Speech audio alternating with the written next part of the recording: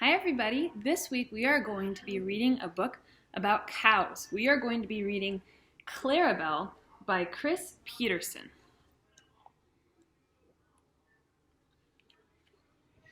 Just over the crest of a freshly mown alfalfa field in a huge white-roofed dairy barn lives Clarabelle. Clarabelle's fuzzy black ears jut out at right angles from the side of her knobby head. Her soft brown eyes are framed in black and separated by a wide band of white that runs from the top of her head to her muzzle. Her angular body is covered with huge black spots that look like splashes of ink. A few pieces of grain and stray alfalfa leaf or two stick to her whiskery nose, which spends a good part of each day burrowed in a pile of feed.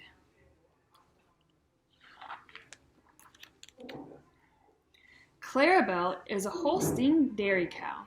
She lives with 1,200 other cows on a family farm called Norswiss, owned by Sam and Josh's parents and grandparents.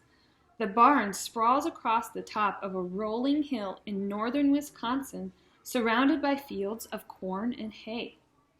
Thick groves of oak and maple trees dot the landscape, providing habitat for deer and other wildlife that feed on some of the corn grown for the cows. Sam and Josh, along with their two older brothers, help at the dairy when they're not in school. Clarabelle is big and bony. She weighs nearly 1,500 pounds, or that's 680 kilos. About as much as a soccer team of second graders with the coaches thrown in for good measure. And she's almost as tall as Josh and Sam's dad. Each year she gives birth to a calf that weighs about 100 pounds. That's about 45 kilos. Then she produces milk that is bottled for drinking or made into cheese, ice cream, yogurt, and other dairy products. To make all that milk, Clarabelle eats a heaping piles of hay, corn, and soybean. The 7 tons of feed, or 6,550 kilos of feed she chomps down every year, is enough to fill a bedroom to the ceiling 3 times. Her amazing 4-compartment stomach recycles leftover food and fiber, produces such as brewer's grain, sugar beet pulp, and cottonseed. Finally, the manure she creates during all this manufacturing helps generate electricity. It also provides fresh bedding for the cow stalls as well as fertilizer for the crops grown to feed her. You could say that Clarabelle is a 4-footed factory. Before Clarabelle can produce milk, she has to give birth to a calf. At Norswiss, calves are born every day of the year, and on the day Clarabelle's calf is born, 4 other cows give birth too. Cows don't usually need assistance with calving, but Josh and Sam happen to be helping in the barn when Clarabelle and 2 other cows calve. That means when they have a baby cow. Within minutes of the big event, the newborns begin to struggle with their feet as each one endures enthusiastic cleaning by its mother's sandpapery tongue. Snuggled in the deep straw of the maternity pen, the calves are fed bottles of warm, creamy first milk by Sam and Josh. After giving birth, Clarabelle really goes to work. 3 times a day, beginning at 7 o'clock in the morning, she and the other cows from her pen trundle down a lane toward the milking center at Norswiss. Clarabelle waits her turn to enter in the stall at the center, where a worker cleans and prepares her for milking. She stands quietly while a milking machine is attached to her 4 udders. Music floats from the boombox near the entry to the milking center as Clarabelle stands placidly chewing her cud.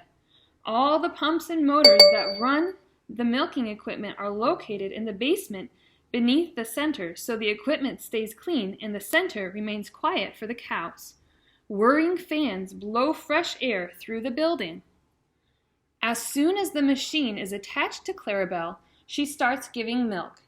In less time than it takes for an average kid to eat a bowl of cereal, she gives nearly 5 gallons or 19 liters, enough to pour on 160 bowls of cereal. The milk then travels from the milking machine through the pipeline to a refrigerated cooler, where it is kept fresh and cold. Each of the coolers that Josh and Sam are perched on holds 6,000 gallons of milk. That's 22,712 liters of milk are in these two things right there. Enough to make thousands of pounds or thousands of kilos of cheese or pails of ice cream. Twice each day, a tanker truck pulls up to the milking center and the driver transfers a full cooler of milk to his truck. He dips out a sample of each load to test for bacteria and butterfat and protein, and then to make sure it is clean and pure. Then the milk is hauled to a cheese factory nearby. The empty cooler is automatically washed and sanitized. To manufacture all that creamy white milk, Clarabelle has to eat a lot.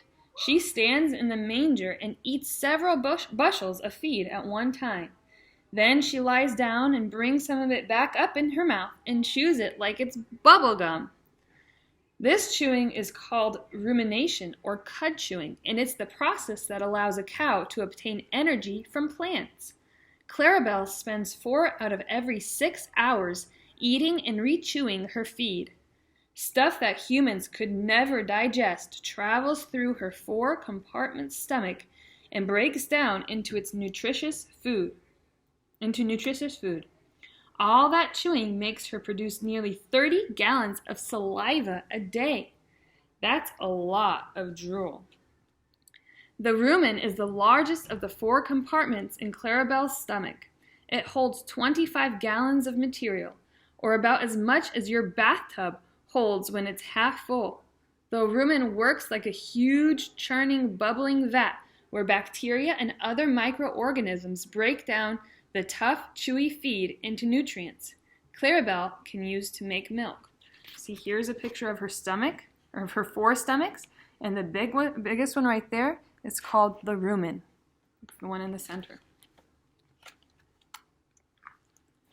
Mountains of chopped corn and alfalfa silage are stored at Norswitz, ready to feed the cows.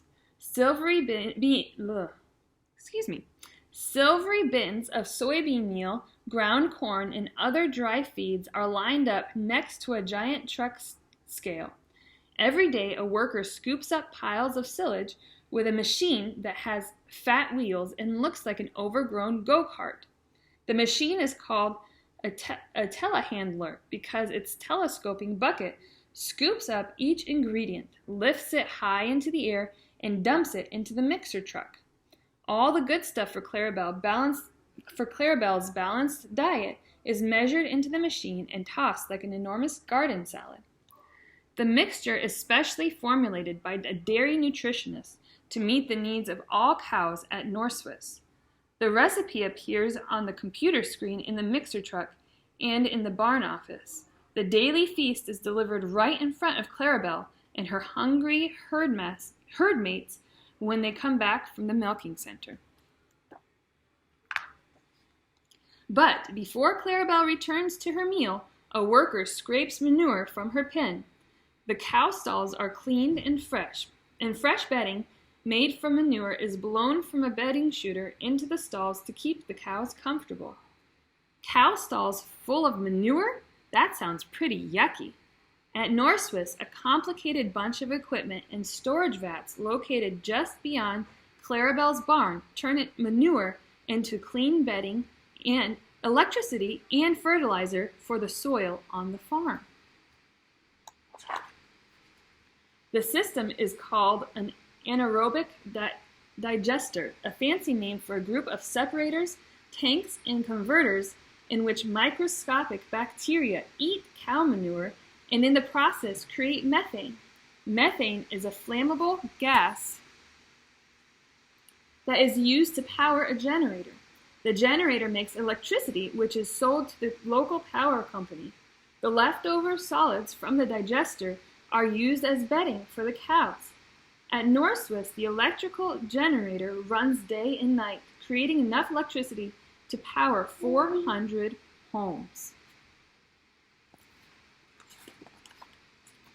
Josh and Sam's dairy farm is a big operation.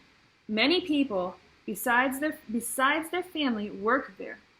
They help cultivate hundreds of acres of crops to grow all the feed needed for Clarabelle and her 1,200 herd mates. Each cow on the farm will produce enough milk in her lifetime to feed a family of 4 for 17 years. But Clarabelle is more than just a mooing, chewing food factory. She's a part of Josh and Sam's family heritage that goes back several generations. Without knowing it, she and the rest of the cows at Northwest create food, renewable energy, and a successful business. Each day, as Clarabelle ambles down the lane from the milking center, buries her big wet nose into a pile of fragrant feed, and spends hours chewing her cud, her remarkable system produces milk and so much more. And in the back here, we have the glossary of the words and their definitions that are used in the book. Thank you, everyone, for listening.